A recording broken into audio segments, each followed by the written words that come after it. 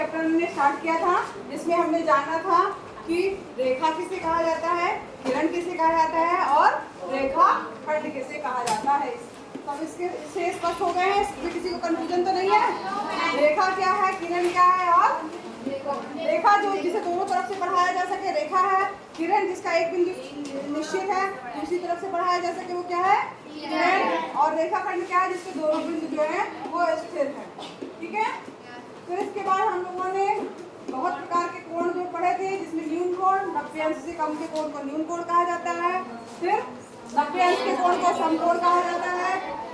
अधिक कोण की बात करें तो 90 अंश से अधिक, 180 से कम के कोण को अधिक कोण कहा जाएगा। 180 डिग्री के कोण को ऋज कोण कहा जाएगा। प्रतिवर्ती कोण क्या है, जो इनका है 180 से अधिक किंतु 360 से कम के, और 360 डिग्री के कोण को समकोण कोण कहा जाएगा। ठीक है, ये सबको ध्यान रखना है अच्छे से। अब यहाँ पर अगर हम बात करें, काजल बैठी है क्या, होम साइंस का काजल बैठी है क्या? तो यहाँ पर देखिए अब इसके बाद अब हम बात करते हैं, अगर यहाँ पर हम बात करते हैं, अब यहाँ पर देखिए अगर मान लीजिए ये दो कोण एक साथ हैं, मतलब उसकी एक भुजा जो है वो क्या है, उभयनिष्ठ है। इसके ये एक कोण दिख रहा होगा आपको ABD और एक कोण दिख रहा होगा CBD, दो कोण दिख रहे हैं। इन दोनों की एक भुजा क्या है, उभयनिष्ठ है। तो यहाँ पर इसे कोणों का क्या कहा जाएगा, रैखिक युग्म कहा जाएगा। कोणों का क्या है, ये एक रैखिक युग्म है। ठीक है, लीनियर पेयर ऑफ एंगल्स। अब इसकी बात करें, अगर मान लीजिए दो रेखाएं हैं, ठीक है, दो रेखाएं एक दूसरे को जो है वो दो चीजें हो सकती है, या तो एक दूसरे को प्रतिच्छेद करे या तो फिर वो समानांतर हो। या दो रेखाएं अगर एक दूसरे को प्रतिच्छेद कर रही हैं तो प्रतिच्छेदी रेखाएं कहलाएंगी। अगर एक दूसरे के को कभी प्रतिच्छेद नहीं कर रही है तो क्या कहलाएंगी, अप्रतिच्छेदी या इसी को समांतर रेखाएं कहा जाएगा। एक चीज और बताइए जरा मुझे,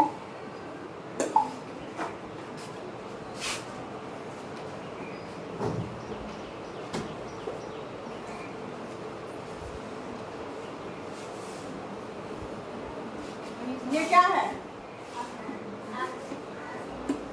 समांतर रेखाएं हैं, प्रतिच्छेदी रेखाएं, क्या प्रतिच्छेदी,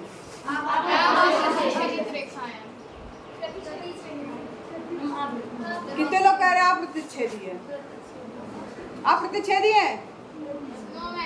ठीक है। अब यहाँ पर सही क्या है, हाँ, अगर आगे इनको बढ़ाया जाता है तो यहाँ पर जब ये रेखाएं है, ठीक है, रेखाखंड नहीं है, तीर का निशान है, इनको आप जब आगे बढ़ाएंगे ये थोड़ा ऐसे जाएगी और ये थोड़ा ऐसे जाएगी तो प्रतिच्छेद कर दे रही हैं। तो ये कौन सी रेखाएं कहलाएंगी, प्रतिच्छेदी रेखाएं। अच्छा और बताओ,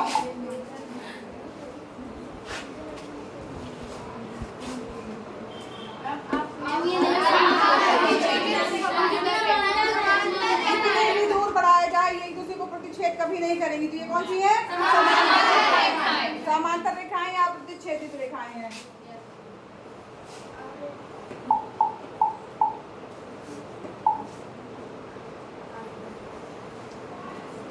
ये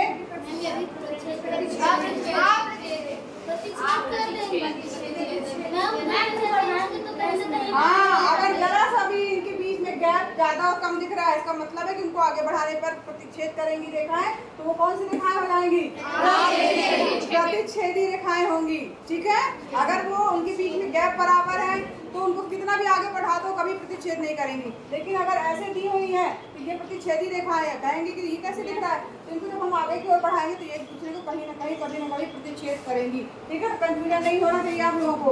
और नया ठीक, तो ये प्रतिच्छेदी रेखाएं और ये अप्रतिच्छेदी। ठीक है, अब इसके बाद यहाँ पर प्रतिच्छेदी रेखाएं जो है वो आपस में जब एक दूसरे को काटती है तो आपको यहाँ पे चार कोण दिख रहे होंगे, दिख रहे हैं। एक नंबर का कोण,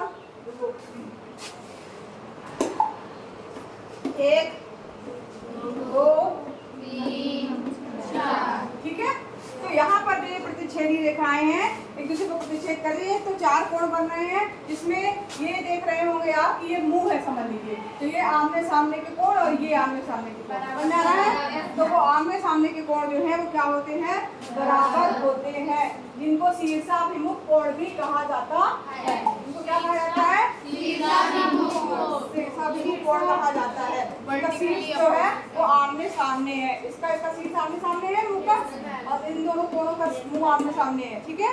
इनको क्या कहा जाएगा, शीर्षाभिमुख कोण कहा जाता है, जो कि आपस में क्या होते हैं, हमेशा बराबर होते हैं। समझ में आया सबको?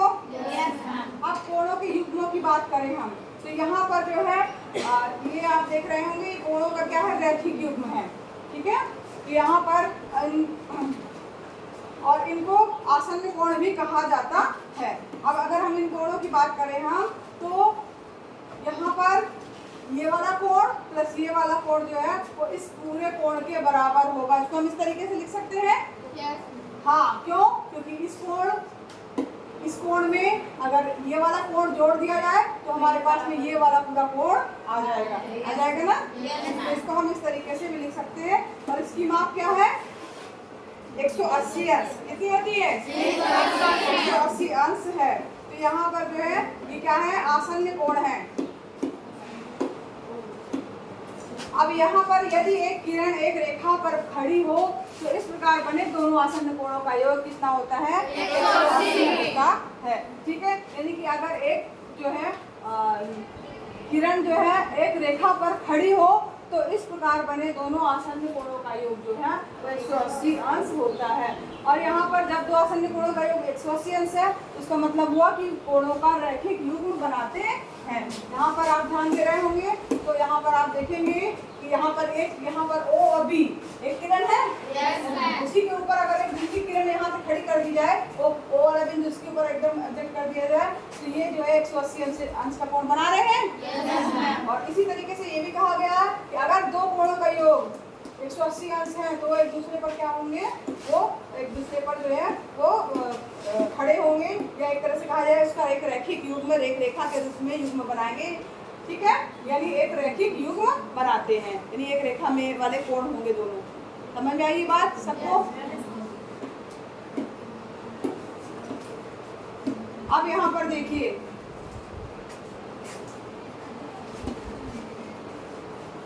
तो हमने पढ़ लिया कि दो आसन्न कोणों का योग अगर 180 है तो जो किरण है, एक किरण एक रेखा पर खड़ी होती है, ठीक है।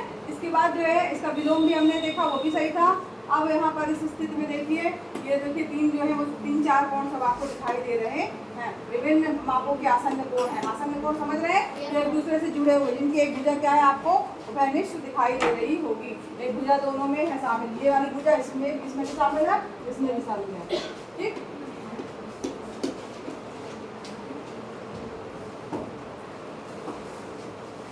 यही अभिग्रहित का मतलब हुआ प्रमेय। प्रमेय क्या है कि अगर दो असंख्य कोणों का योग, यानी एक साथ मिले हुए कोण हैं, एक दूसरे से जुड़े हुए कोण हैं, और उनका योग कितना आ रहा है, टोटल 180, तो उनकी उभयनिष्ठ भुजाएं एक रेखा बनाती है, ठीक है। स्पष्ट कारणों से दोनों तो अलग होगा। इसी का जस्ट दूसरी प्रमेय क्या कह रही है, यदि दो रेखाएं परस्पर प्रतिच्छेद करती है तो शीर्षाभिमुख कोण जो होते हैं वो क्या होते हैं, बराबर होते हैं। ये आमने सामने के कोण है, बराबर होते हैं। अब आइए प्रश्नावली में, ठीक है। हाँ, अब यहाँ पर प्रश्नावली में देख रहे हैं, आकृति 6.13 में रेखाएं AB और CD बिंदुओं पर प्रतिच्छेद करती हैं। AB और CD, ठीक है। ये दो रेखाएं हैं, ये दिख रही हैं, ये किस पर प्रतिच्छेद कर रहे हैं, यदि दिया है AOC यानी ये वाला कोण, समझ में आ रहा है, ये वाला कोण, अगर ये वाला कोण जो है, ये कोण दिख रहा है AOC यानी ये वाला कोण, और BOE यानी इन दोनों को मिला दिया जाए तो ये दोनों कितने हैं, 70, ठीक है। इसको और इसको मिलाएंगे तो ये कितना है, 70। और BOD ये कितना दिया हुआ है, 40 दिया हुआ है। तो BOE यानी ये वाला कोण आपको बताना है, ये कितना होगा, बता सकता कोई? बहुत आसान है, 30। कैसे निकाला? 40 कैसे घटा दिया? क्यों घटाया 40? देखो ये दिया है हमारे पास में 40, तो ये और ये सीधा अभिमुख कोण है, समझ लीजिए। पहले इसको सबसे लिखना आसान होगा। ये कोण, क्योंकि ये दोनों क्या है, तिर्यक रेखाएं हैं, प्रतिच्छेद कर रही है, और ये कोण सीधा अभिमुख कोण है। ये 40 दिया है, तो ये कितना हो जाएगा? 40 हो जाएगा। अब ये प्रश्न में दिया है कि ये और ये कितने हैं? 70, तो ये वाला कोण कितना हो जाएगा? 70 माइनस 40 कितना हो जाएगा? 30। ठीक है, अब ये पूछा था तो ये हमारा BOE याद हो गया। अब हाँ 40 में से 70 को घटा, 70 में से 40 को घटा दिया जाएगा। अब और प्रतिवर्ती कोण COE, ये आपको बताना है ये कितना होगा, ये बता सकते हो?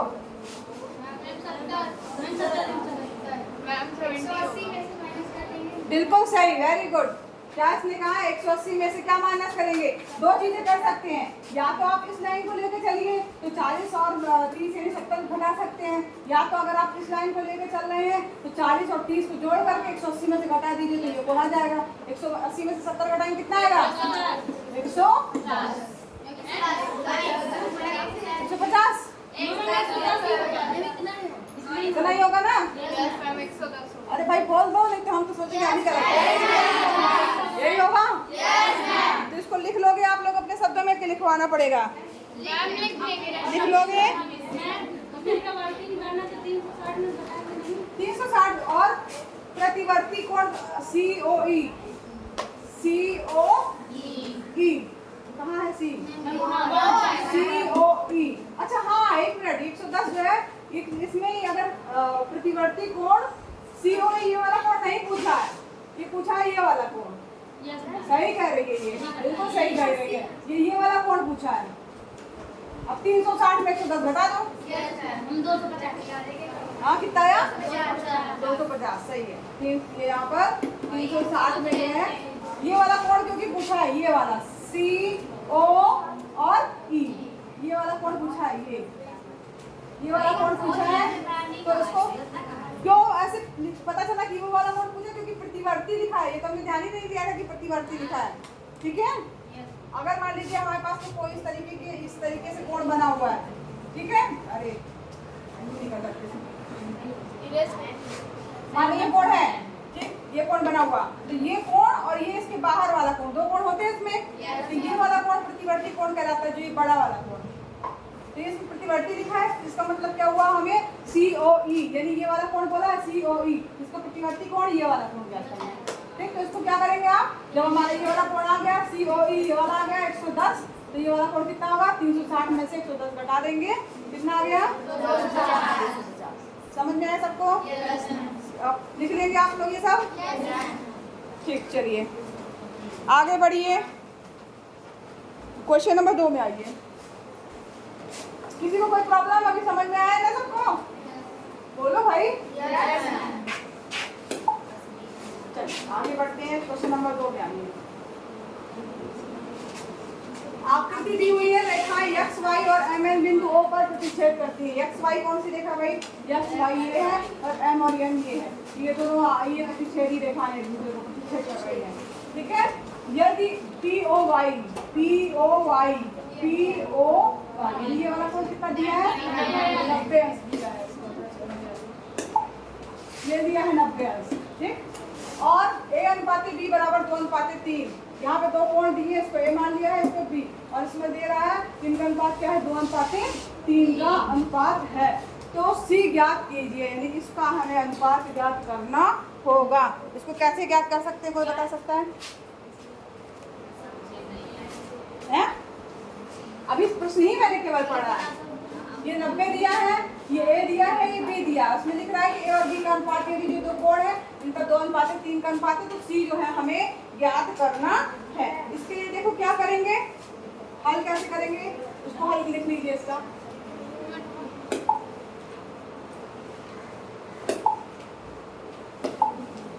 यहाँ पर देखिए A/B बराबर क्या दिया हुआ है? A बटे, पहले लिख लेना जो चीजें दी हैं, दिया है क्या दिया है? एंगल POY बराबर 90। ठीक है। ए अपान बी बराबर क्या दिया हुआ है 2/3। तो इससे निकालेंगे तो ए बराबर क्या आ जाएगा 2b/3। ये आ गया हमारे पास में। अब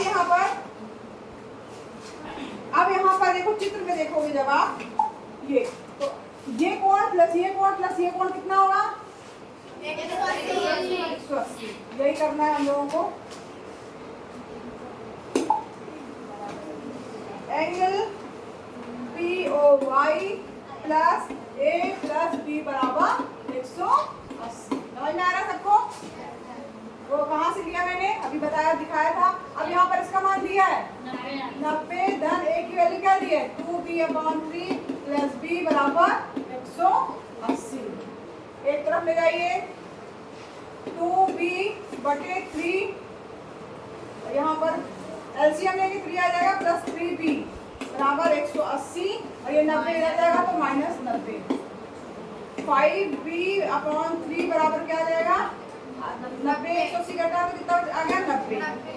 ठीक है तो 5b बराबर क्या आ जाएगा 90 गुणे 3। ठीक है तो b बराबर क्या आ जाएगा 90 गुणे 3/5। समझ में आ रहा है? ये 5 को भी हम लेके गए यहाँ गुणे में आ जाएगा भाग में 5 से कटेगा 5 एकम 5 5 एकम 5 बचे 4 5 अट्ठे 40 18 18 54 यानी हमारा बी का मान कितना आया 54। ठीक तो बी का मान 54 आया तो ये निकाल सकते हैं ना यहाँ पे रख दो तो ए बराबर क्या हो जाएगा 2 × बी का मान कितना है 54/3। 3 से कटेगा ये 3 एकम 3 3 एकम 3 3 24 तो ए बराबर कितना आ जाएगा। ठीक है समझ में आया? तो ए का मान कितना आ गया 36। अब यहाँ पर ए का मान हमें मिल गया ए बराबर 36 बी बराबर 54। ठीक अब यहाँ फिर से सवाल में देखो अब ए का मान आ गया 36। अच्छा हाँ हमें ए का मान वैसे जरूरत नहीं थी बी के मान से ही हमारा काम चल जाएगा। अब यहाँ पर ए बराबर 36 आ गया इसका मान कितना आ गया तो सी का मान ज्ञात करना है। अब बी प्लस सी कितना होगा बी प्लस सी बराबर 180। ठीक है तो बी का मान कितना है 54 प्लस सी बराबर 180 तो सी बराबर क्या आ जाएगा 180 54 कितना आया 126। ठीक है समझ में भी आया सबको? आ गया सबको समझ में?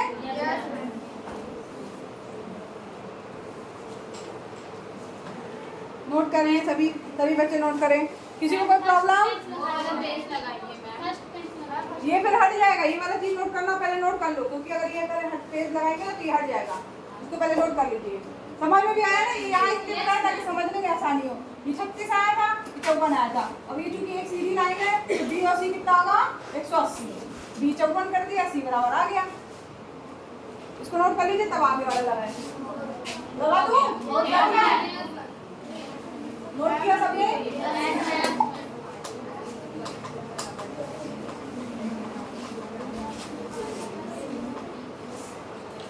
थोड़ा सा ट्रिकी है लेकिन ऐसा नहीं कि कठिन है।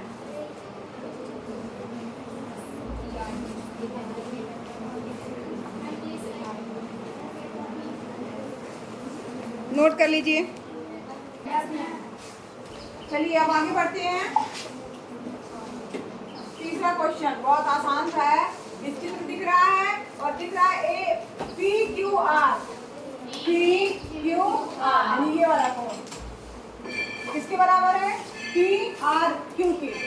ये कोण इसके बराबर दिया है तो सिद्ध कीजिए कि ये बाहर वाला कोण भी इसके बराबर होगा। कर सकते हो? क्यों नहीं कर सकते हो भाई? इसलिए नहीं क्यों नहीं कर सकते भाई? इसको एंगल SQP प्लस एंगल कौन सा नहीं ये वाला एंगल प्लस ये वाला एंगल ये कितना होगा 180 होगा। PQR बराबर कितना है 180। और इसी तरह इस लाइन में ये वाला एंगल प्लस ये वाला